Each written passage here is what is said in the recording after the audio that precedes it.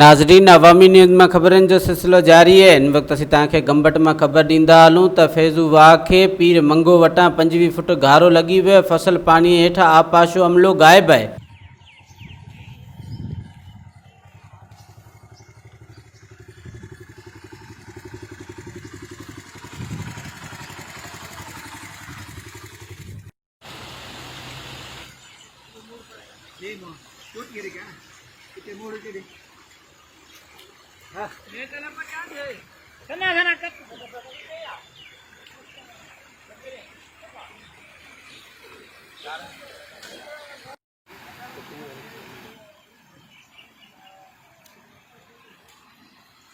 वधिक ख़बरनि ऐं तफ़सील जे लाइ विज़िट कयो असांजी वेबसाइट awaminews.hd.com ऐं ॾिसंदा रहो अवामी न्यूज़ HD।